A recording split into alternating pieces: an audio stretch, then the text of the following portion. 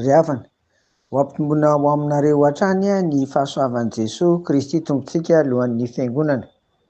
Amen. Hivavaka isika.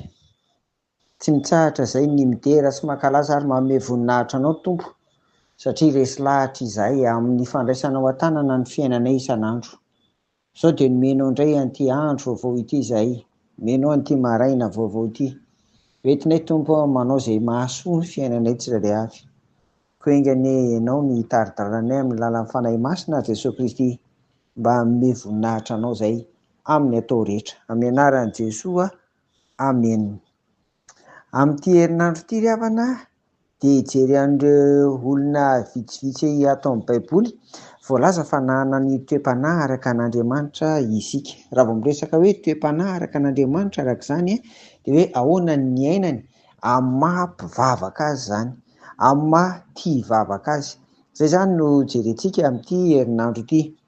Efa nambara tany amin'ny fiainam-piangonana raha hoantsika eto amin'ny FKMA, fiangonana kristiana malagasy eto Abidjan, dia efa nataontsika tao anatin'ny fanomanam-panahy ny tantaran'i Enoka, Genesis 5:1-420, izay niara nandeha tamin'Andriamanitra satria nankasitrahan'Andriamanitra izy ny amin'ny fiainany isan'andro izany. Izy izany no azo ambara raha ny voarakitra koa raha oharinan'ny Abela ny amin'ny hoe nanana izany toe-panahy araka an'Andriamanitra izany ary tena mendrika ho alay tahaka. Fa anio kosa indray dia Noa no jerentsika araka ny Genesis 9:9-7 vaky toy izao amin'ny anaran'i Jesosy. Ary izao ny tantaran'i Noa. Noa dia lehilahy marina sady tsy nanatsiny teo amin'ny olona niara-belona taminy. Eny, niara nandeha tamin'Andriamanitra Noa. Amen. Araka ny nambara dia ny toe-panahy araka an'Andriamanitra no jerentsika. Ahoana ny ainan'ny Noa izany? Ho an'ny Noa izany dia misy anankitelo izy eto ary dia voasoratra mazava mihitsy izany. Voalohany, marina izy. Marina izy amin'izay ataony rehetra. Faharoa, tsy nanatsiny. Tsy misy tokony hitenenana ka hitenenana ratsy azy, fa tsy nanatsiny izy. Ary fahatelo, niara nandeha tamin'Andriamanitra. Izany hoe nanao izay rehetra nankasitrahan'Andriamanitra teo amin'ny fiainany. Tsy nitovy tamin'ireo mpiara-belona taminy izay nilona tao anatin'ny faharatsiana tanteraka. Ry havana, zava-dehibe ho antsika izao izany miaina an'ity hoe hiaino ny toe-panahy araka an'Andriamanitra ity, ny mandinika sy misaintsaina izany hoe ahoana ny ataoko amin'ny fiteny, amin'ny fihetsika, amin'ny ataoko rehetra, amin'ny asa aman-draharaha, amin'ny adidy aman'andraikitra mba ho marina.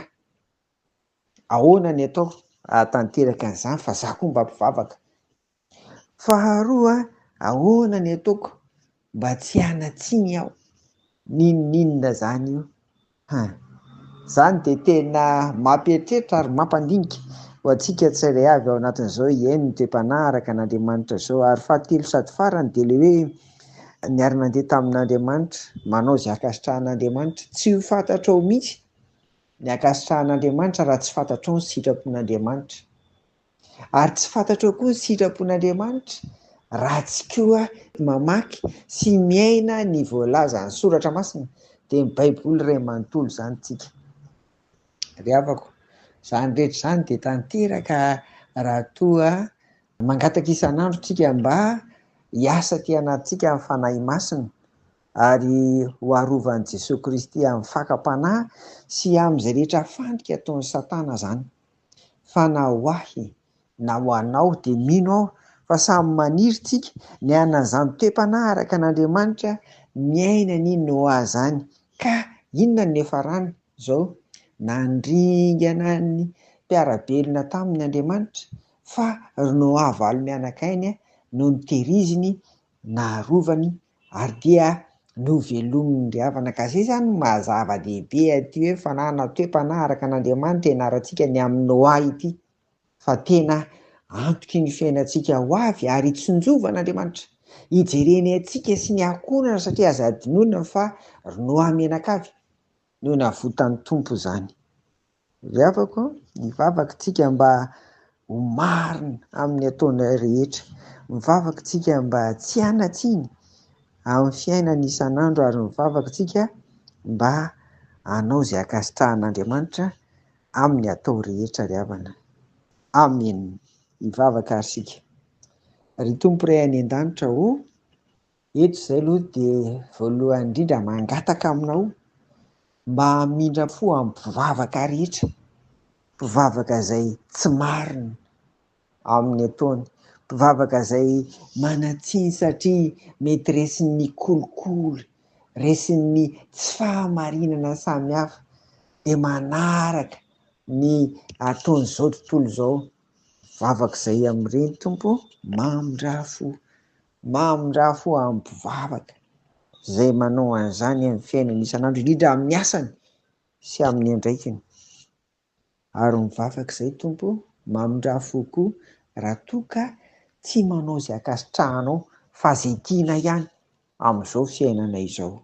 Mamindra fo aminay Tompo, ary dia ho anay tsirairay avy ary izay resy lahatry ny teninao dia engany mba ho tahaka ny Noa izay amin'ny fananan'izany toe-panaraka an'Andriamanitra izany, ka hanonitra dia amin'ny sisa tena hanao ny fahamarinana, handeha tsy hanatsiny ary hanao izay akasitrahana eo amin'ny masonao ry Tompo. Dia amin'ny anaranao naovanay an'izany vavaka izany sy angatanay koa indrindrindra izay tompony andraikitra rehetra, mpanapa-kevitra sy mitondra eo amin'ny firenena Tompo, dia mba ho tahaka ny Noa, marina amin'ny ataony rehetra, tsy manatsiny ihany koa, ary miara-mandeha aminao hanao izay akasitrahanao ry Tompo.